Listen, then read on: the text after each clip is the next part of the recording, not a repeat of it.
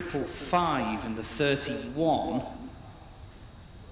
No, they seem to be in the right place on the grid, but there's a bit of pointing and umming and ahhing going on at the back of the grid here. I think they potentially might think they're in the wrong place. So it looks like the green flag is about to be waved in a moment or so. Or, in typical commentator fashion, I am mistaken. But it's an absolutely enormous grid. We've got a car sideways on the grid, which is an effort in itself. That's the number 17 machine in the middle of the field, Andrew Hughes.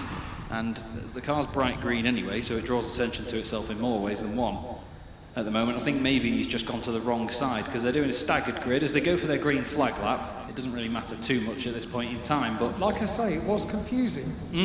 Yeah. So if you clicked on the Max 5 grid, it was the other way round to the Caterham grid. It's still with the same cars, if you see what I mean. Yeah. Well, so I got confused. But what they're doing here, rather than doing one sort of one by one alternating in where they are on the grid, they're doing rows of 2 that then go from the left to the right and so on the grid here. So good old staggered formation. It looks absolutely brilliant though. It makes the grid look even more full, and from the cameras down at turn 1, makes them look like they're 4 wide off the start, as I'm sure you probably don't know where to look right now, Adam, with the amount of them that are coming past you.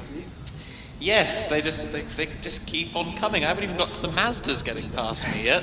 There they are, finally, yes. So there will be a little bit of a gap between the 2 starts. The first 34 cars will take off 20 seconds before the Mazdas. The Caterhams get a bit of a head start. Ian Loversage won't have the immediate issue of any slow-moving Caterhams in his quest to take honours in the Max 5 Championship.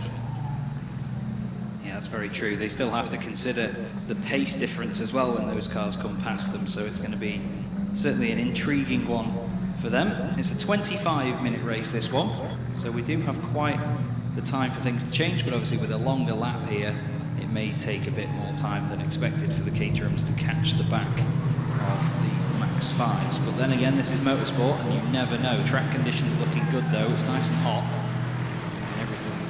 Clear. The sky looking very good at the moment, which is a bit of a turn for what we'd normally expect on a bank holiday weekend.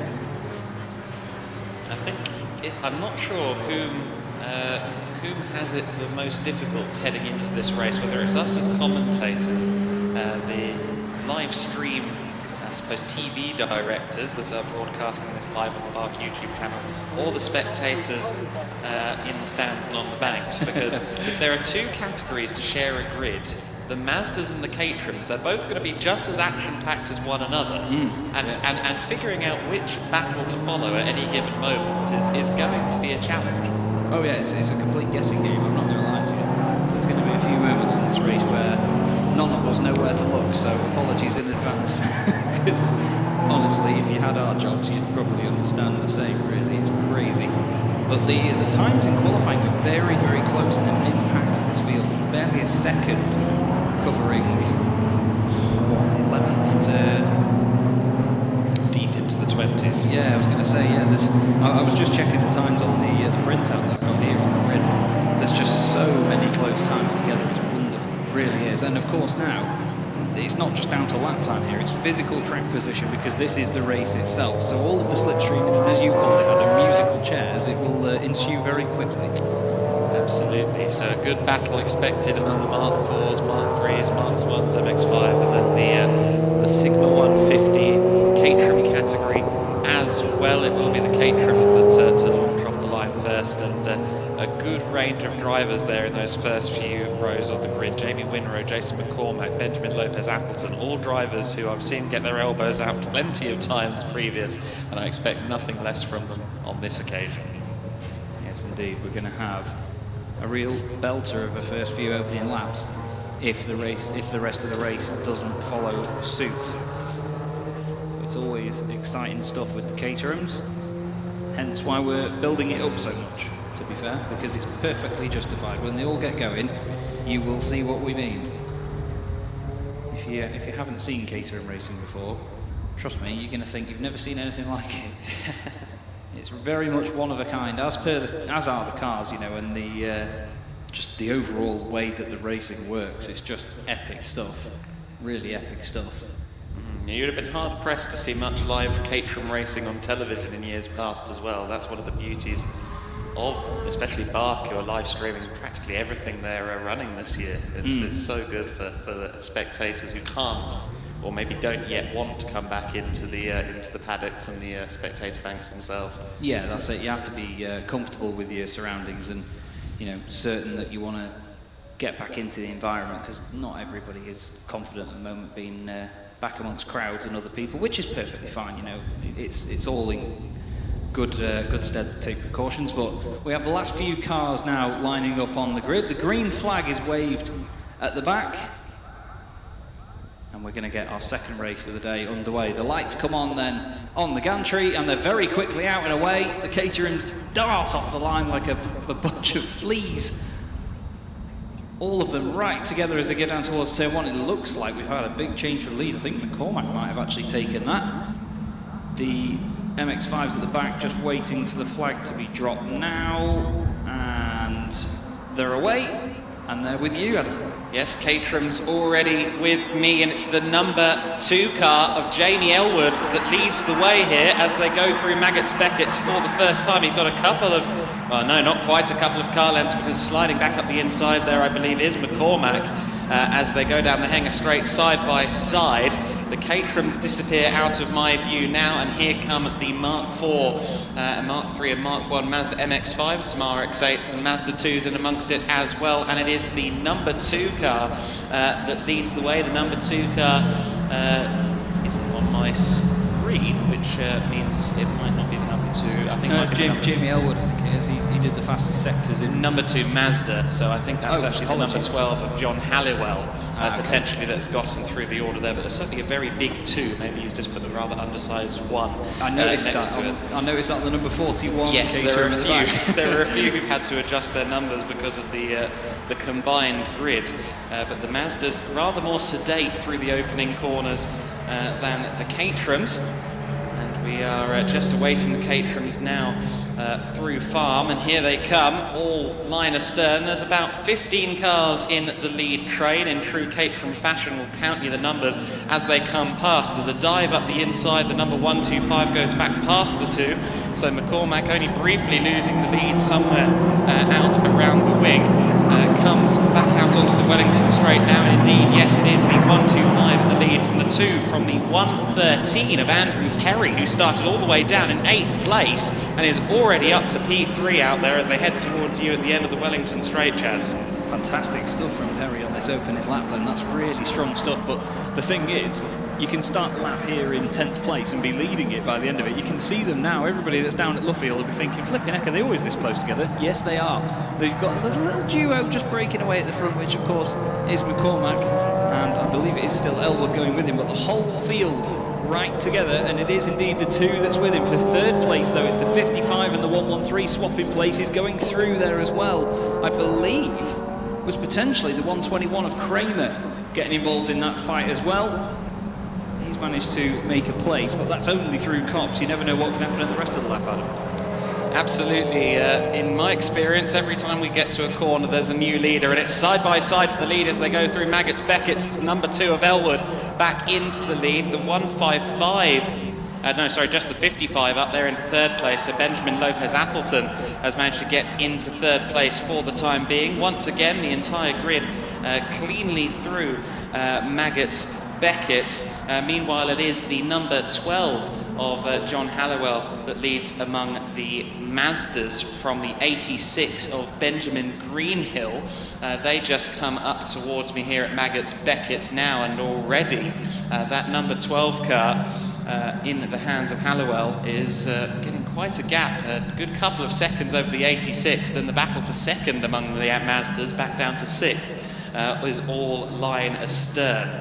Back to the Caterhams then, that should just be coming out through Farm again in just a couple of seconds, and we'll see how much it has changed. There's the small matter of the Hanger Straight and Stowe, which is one of the better places for overtaking manoeuvres in the Caterham category. Here come the top 2 now, who are breaking away somewhat. Some dust being kicked up this time by as they go through Farm. Let's take a look as they go through the complex. It's the 125 still in the lead from the number 2. It seems to be, in the early going at least, McCormack versus Elwood that is the story of the race, but leading the charge at the moment from 3rd down to somewhere in the top dozen. Now, it's actually side by side for 3rd place, I should correct myself. It's Lopez, Appleton and Perry side by side for 3rd position, and a move to the outside from Elwood on McCormack as they head to Brooklands. Absolutely non-stop stuff once again. One of the guys that really didn't have a good first lap was Witten in the 112 machine. That's Andrew Witten. He dropped 11 places, but you're right, the lead 2 definitely making this a 2-horse race at the moment. They've certainly got a gap over the rest of the pack, and if they continue fighting behind, it will stay that way. McCormack now, big slipstream from Elwood as he goes down the inside. Then it's the 55 still in 3rd place, Lopez Appleton, then everybody else queuing up behind, but it looks to me like Elwood has got it done, and he has, even before the braking zone at Copse. So wonderful stuff, very good commitment, but everybody else there just jostling for position. There's the odd 1 or 2 places gained here and there, and that's common stuff in Caterham racing, because you never know where you're going to end up. Now, further down, in terms of the Mazdas, it is still Halliwell. He's actually got quite the gap now over Greenhill and Loversige. I think they're still the same way around, but there's a train of 5, but they are some 3 seconds off your class leader at the moment in the number 12. Like you say, there is a very thin number 1 on that. One of them's run wide at Luffield. That's the Mark III MX-5, the 86 machine. So that is actually Greenhill that's dropped down a little bit. He's lost places to Rodison and Hicks on that lap. He's still ahead of Loversige, who's also dropped down. So both of them having a bit of a clumsy lap, you could say. Absolutely, and the X factor potentially for the rest of the pack versus Halliwell is the fact that Halliwell certainly doesn't have 20 seconds between himself and the slower of the 150s at this stage. Give it 3 or 4 laps and he is going to have to pick off Caterham's, but of course these cars, even though they're both lightweight sports cars, they do have different strengths and weaknesses, and so even though the number 12 is currently clear in the Max 5s, that could all change once they get in amongst it. Looks like there's been yet another change of position. They're perpetually side by side through Abbey and Farm as they come back into my line of sight. It is the 125 of McCormack in the lead from Elwood. I believe we have a new car leading the train from 3rd through 5th, who are themselves starting to break away from 6th place down. In 3rd place now is the 114 of Yates. So David Yates, who started in 6th place, has been making good progress. He's up there in 3rd place. They are just starting to string out here, Chaz, on the 3rd lap of the race. Yeah, we're going to get a little bit of spread, but what they tend to do is they move apart in like battle packs, don't they? They sort of group together and then separate. So even though you do get 3 or 4 cars that do end up on their own, they're still very close together. Still the lead duo though, McCormack now in front of Elwood once again. They come to cross the line. This time McCormack defends the inside, Elwood goes to the outside. Just behind it still Lopez Appleton ahead of Yates. They cross the line once again. They've still got Perry in there with them. Then we've got Winrow, Polsetter, Kramer, Christie, Perry, Child, De Lusignan rounding out your top 10. 3 places gained on that lap for the number 66 car of Barry White. No, not the Barry White. But he's literally driving around at the moment saying, let's get it on. He's absolutely flying. That would be amazing if Barry White also raced a car. Oh, can you imagine him over the team radio? It'd be phenomenal. Yes, I can. Yeah, exactly. He can absolutely do the job. Now, in the Mazdas, though, Halliwell, very considerable lead at the moment, actually, hasn't he, Adam? He's absolutely on it. Yes, Halliwell making great strides at the head of the Mazda 5, or Max 5 pack. Gap between the first place car and the second, we'll see it in a minute in terms of the Max 5s. It's well, it's only 4.7 because Rodison has started to find some pace, actually gained a 10th back this time by, so maybe, just maybe, in 16 minutes and 20 seconds time, it might be a little closer there in the Max 5s, but certainly for now, Halliwell has control over the speed.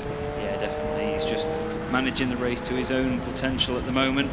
The RX-8 has just gone flying past me with Ben Taylor at the wheel in the 184. Wonderful rotary engine car. Sounded very good indeed. Very small engines in the rotary cars, but they do sound absolutely wonderful. They usually rev very high indeed, as they famously did in the Mazda 787B and 767Bs. Also got the Mazda 2 coming past me now, which is the 25 car. It's Andrew Stacey at the wheel. He's in a bit of no man's land at the minute, but the Caterhams will be on these guys a bit sooner than expected, I'd say.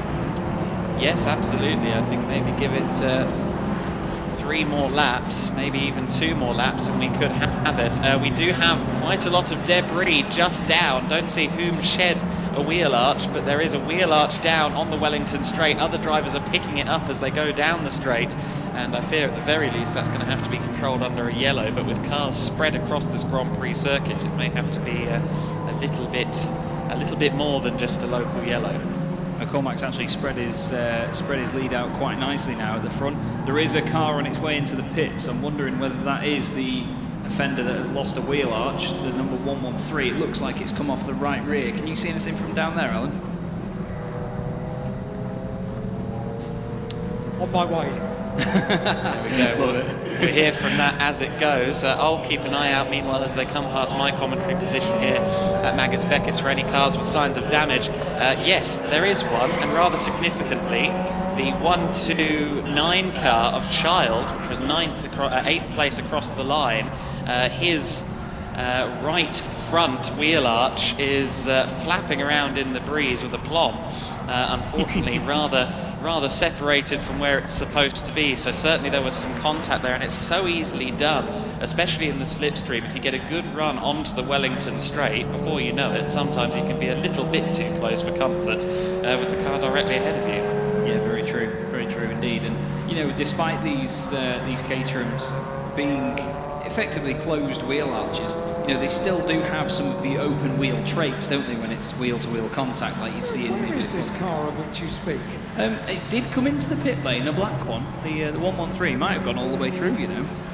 There's nothing in the pit lane. I was at the back. I was chatting with someone at the back of the garages, but I've got nothing in the pit lane as far as I'm concerned. It's a big shame for Andrew Perry. Started 8th, was 3rd place towards the end of the first lap, and now finds himself heading back to paddock. Meanwhile, just coming into the loop and back towards the Wellington straight, the top of the Caterham order, well in amongst now the MX-5s, the back end of the MX-5s and the Mazda 2s, so the traffic is now going to play its part. The numbers 2 and 125 go either side of one of the Mazda's 2s. That's of course the battle for the lead, and then 3rd place through about 7th are in a pack as well. The local yellows seemingly have been withdrawn from the Wellington straight. The debris still very clearly there, visibly there, but with the pack having gone through once, I suppose, and it is offline, so I suppose it will just about be okay to keep this race going. Now it looks to me like Elwood has taken the lead back off McCormack. He has. He's in front of him now as they come out of Luffield. They're all getting very close to one of the MX-5s as they go through.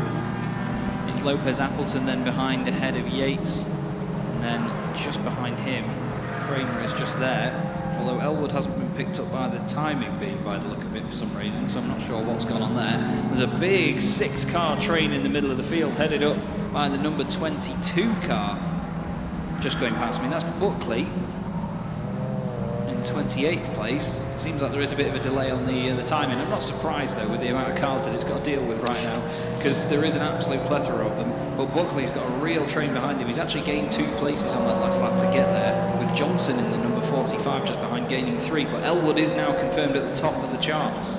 It's an excellent sight as the Caterham pack now starts to dispatch the back end of the Max 5s. Watching the Caterhams dance around them through Maggots and Beckett's is absolutely fascinating viewing. As the top 2, Elwood and McCormack, came back past my commentary position here for the first time. Of course, they come past me at Maggots Beckett's, and then they come back past me as they go onto the Wellington straight. It was Elwood ahead at the line, but by the time they reached me at Maggots Beckett's, McCormack had got back past. They are trading places, much like you may have traded cards in your secondary school days. They are proper line astern, if not side by side, at pretty much all times. I'm sure by the time they got to the end of the Hanger Straight, it had changed once again. They are side by side as they come through Farm and towards me, but it is still the number 2, in fact. It is Elwood again, who is into the lead in this battle. It's constantly chopping and changing. They come out onto the approach to the Wellington Straight. Now, what kind of run does McCormack have? Doesn't look like it's exceptional, but the rather undrag efficient shape of the Caterham does mean that if you're within a few tenths, you'll be right there by the time you're at the end of the straight. And as they approach Brooklands, I fear it's side by side for the lead. Have to wait till they come into view. We've got the wonderful BRDC clubhouse in front, and Elwood is just in front now. But they've got this really comprehensive gap, especially in Caterham terms. They've got a very, very big gap behind them to the other 3 cars inside the top 5. They're having their own little ding-dong as well, to be fair. And Lopez Appleton has been holding on really well at the front of that. But it's the number 2 of Elwood, ahead of the number 125 of McCormack. Lopez Appleton actually just getting back in front now of Yates. Kramer's still got the best seat in the house for that one. 6th place is still Winrow. He's very much on his own. And then behind him, there's a fantastic battle between Christie and Child as well. Although, again, Elwood's transponder still not picking him up straight away. So he's dropping down the order for anyone watching on TSL. But this is just awesome stuff. There's another duel just going on in front of me here. The 56 and the 17. That's Hughes and Wells right together across the line. There's nothing subtle about Hughes' car. The bright green thing, like I said before, he was sideways on the grid.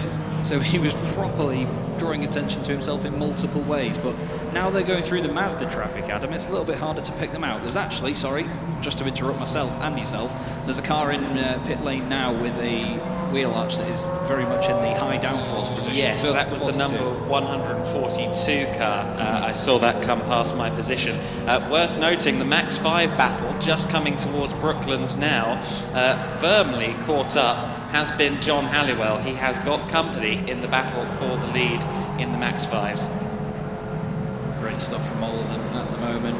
They've just come past, actually, I don't say they've come past me, they're just coming past me now.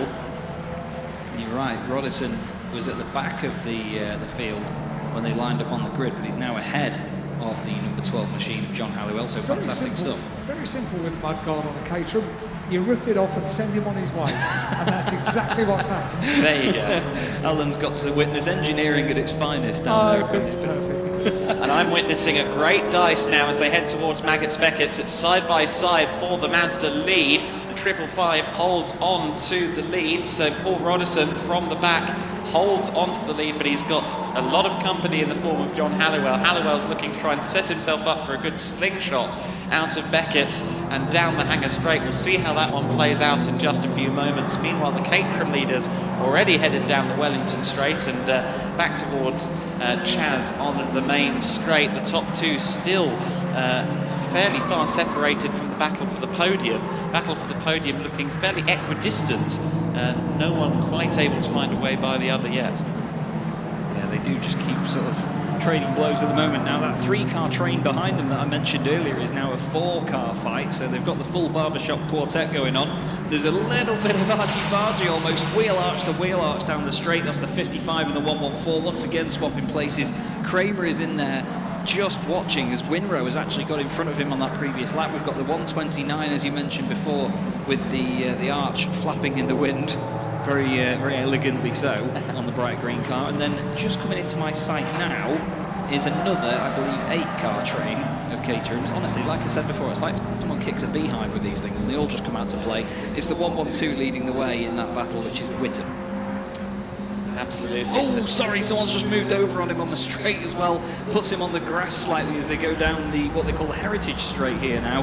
That was a scary, scary moment. Manages to save it. Luckily, the awareness was there and he managed to move out the way quickly enough. But wow, that was a bit of a twitchy bum time there.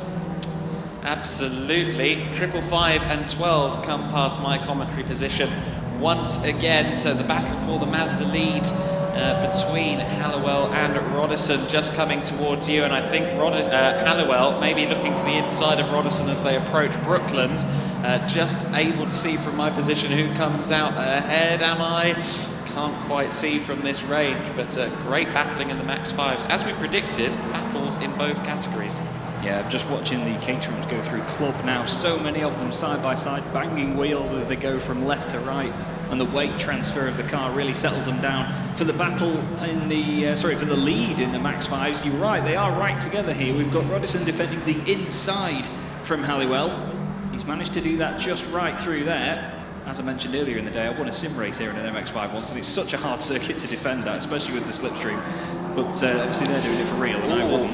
We have a Mazda 2 fully sideways coming to a halt at Beckett's. It's had a bit of a moment there, to say the very least of it. Gets back underway now under its own power, but it's rather curtailed the advances of the number 12 of John Halliwell. So Halliwell had to back out of a potential run on Paul Roddison on the approach to Maggots and Beckett's.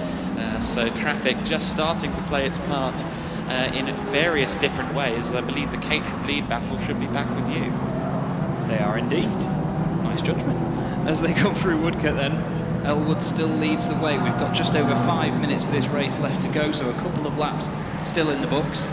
They've got a bit of a gap back. There's one of the MX-5s getting in the way of the... Is that the 129 car? It is. Sort of waving his wheel arch at him, sort of like a waved fist in anger, like, get out of the way, sunshine.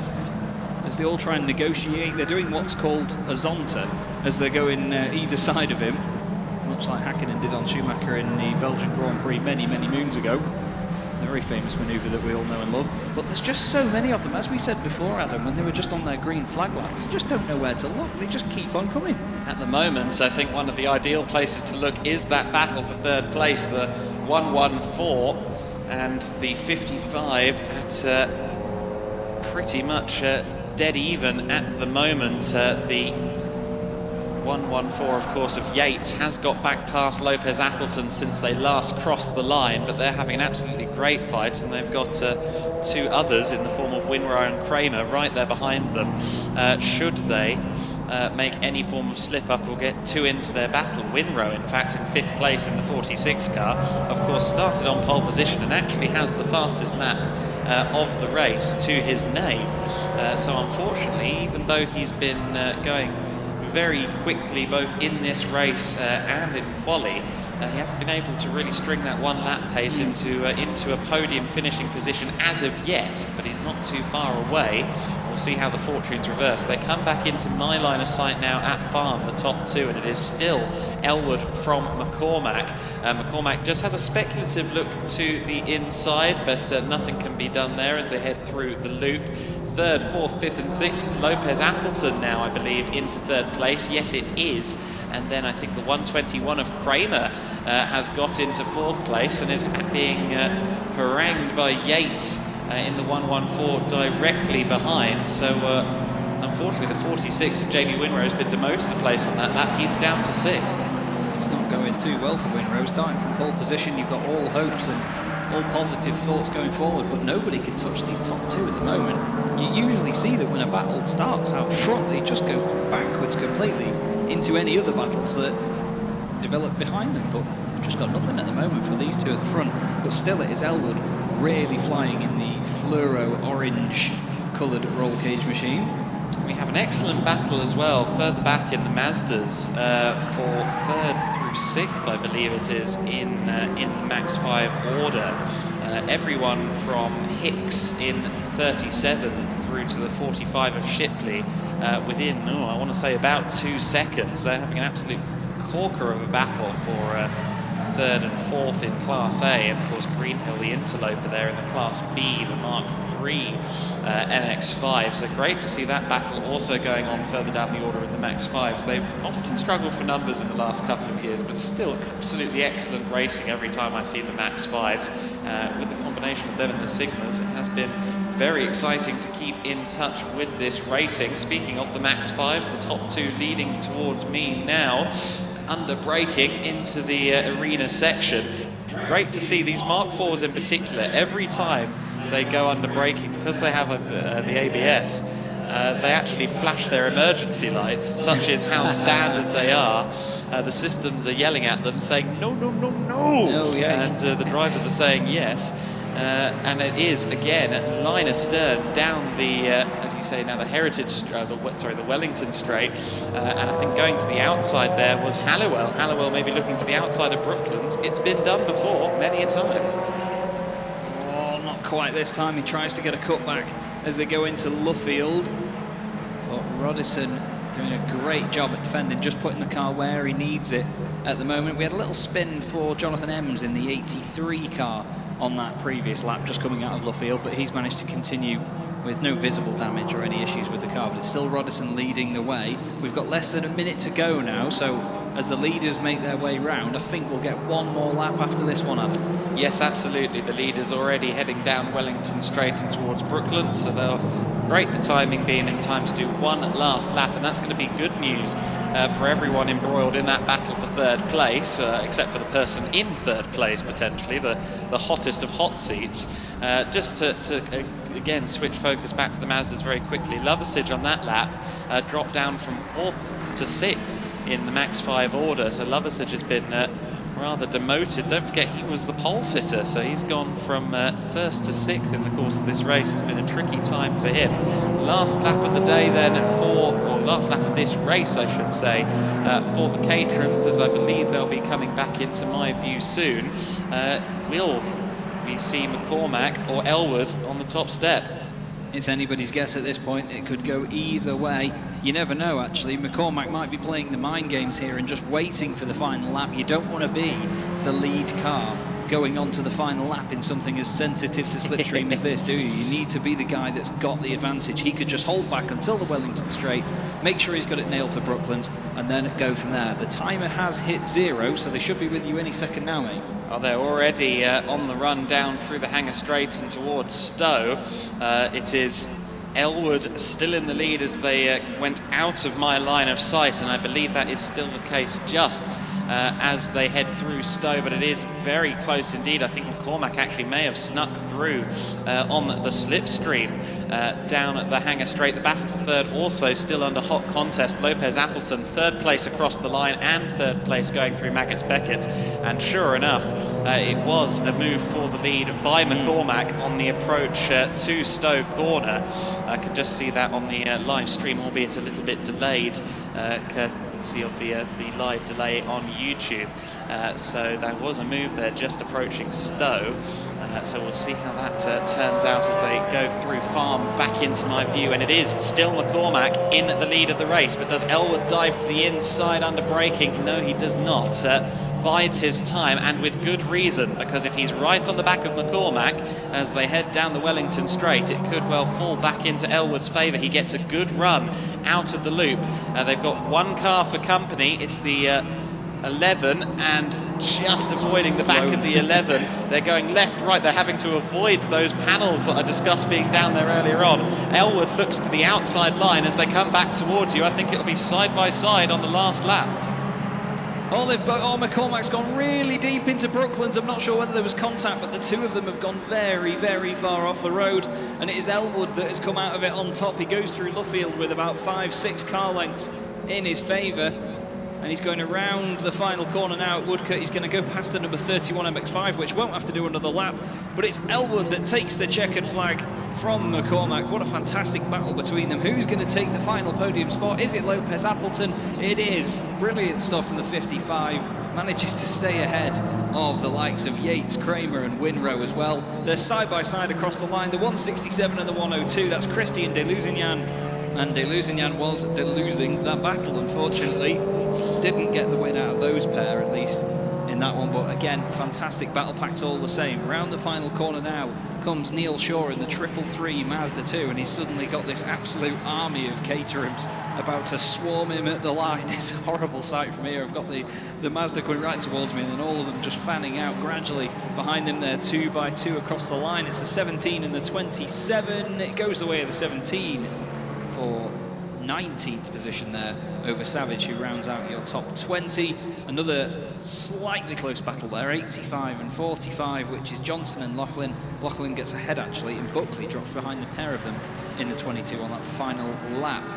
So just to pick up on the Mazdas that are still the leading of the Mazdas didn't get lapped, so they're still in the midst of their race. The top two have rather fanned out a little bit here. The 555 of Paul Roddison has a comfortable advantage over the number 12, so it should in theory be Roddison just ahead of John Halliwell. The battle for third place, however, is much less secure. They come towards me here at the loop for the final time, and there's still potential for some switcheroos. Hicks in the 37, Greenhill in the 86. They've got a Caterham for company as well, which may stifle the run just slightly of Hicks in the 37 for the final rostrum space in the overall Max 5 category. I think that Greenhill in the 86 is just a step too far back to challenge for third into Brooklands, but there is traffic in the way as well that could yet cause a change of place. Roddison manages to take the win in the Max 5 category. He finishes behind Benfield on the road, who was the Caterham between them, but Halliwell is second. But like you say, it's now down to whether Hicks or Lovasic can beat one another to the line, and it's very, very close indeed. But it is going to be Hicks literally getting a push as they went to the line there from Lovasic. But of course, Greenhill between them wins his category as well, which is the sorry, it was Greenhill. It was Battleman. Apologies, I've messed that up there. But it's the B class victory for Greenhill. B class being made up of the Mark III Mazda MX-5s, but what a very, very lively race there, Adam. Again, we didn't really know where to look with all the lap traffic and everything. There's a lot to look at, but smashing stuff from everybody there. Really good driving standards as well. Absolutely great stuff, but the nature of this, the length of this circuit and the gap between the two lead battles in the respective championships, I believe, means that it won't be too long before Alan is joined by the winners down in pit lane. But yes, brilliant racing. I'm assured we'll get 6 drivers, so top 3 in 150s, Sigma 150s, and top 3 in Max 5. I'm not sure that's in practice what we'll get, but certainly we'll have enough drivers to share out and an interview between the live stream and here at Silverstone as well. Wonderful stuff. That is our second race of the day. The next race will be the Caterham Graduates Championship, the Sigmax and Sigmax 135 cars. But that was awesome stuff. Really, really awesome stuff there from the Sigma 150s and of course the Max 5s as well. Great to see them get a bit more support from the Caterham grid as well, really, isn't it, Adam? Because you're fine here, Jamie. Well done, mate. Hello, everybody. Welcome down to what is actually the Assembly Heritage Park Fair, mate. And here he is, Jamie Elwood. Jamie, congratulations. My word, that was intense, wasn't it? You had Jason behind you constantly nipping at your heels. Oh, absolutely. I thought it was going to be a 10-car battle, and it turned out to be a 2-car battle, but it was just as intense, just trying to stay with Jay when he was leading. We were swapping places and trying to break the toe, so we managed to do that. And it all came down to the last lap, and neither of us wanted to break into the last corner. And we both went sailing off, and I managed to recover first. I was going to say, as you came over the line, you had about 1.3 second lead, so it looked comfortable, but it certainly wasn't that case. I didn't realise you guys had kind of gone off together at the end. We've both taken an off-track excursion and back on again in the field lap time. Wow, well, look, championship leader though, Jamie, you held it from last round as well. It's going pretty good this season so far, isn't it? It's not bad at all, but you've got to keep grabbing those points while you can. Anything can happen around here. And remember, you've got to do it all again this afternoon, mate. Absolutely. Well done, I'll let you get back. Thank you very much. I was actually thinking we were having more of the cars coming down here, but it seems like we're not. They're heading all straight off. What a fantastic race that was. Congratulations to that match. Jamie Elwood picking up the race, but Jason McCall was right behind him, wasn't he? And that battle for third was insane as well. Congratulations to the Max 5 Championships. Well, incredible race with those guys. It is almost time for our next race now, so I'm going to hand back to your commentary team to talk you through the action. The last lap was what it was all about, trying to outbrake him into a field. In which case, can you explain what happened?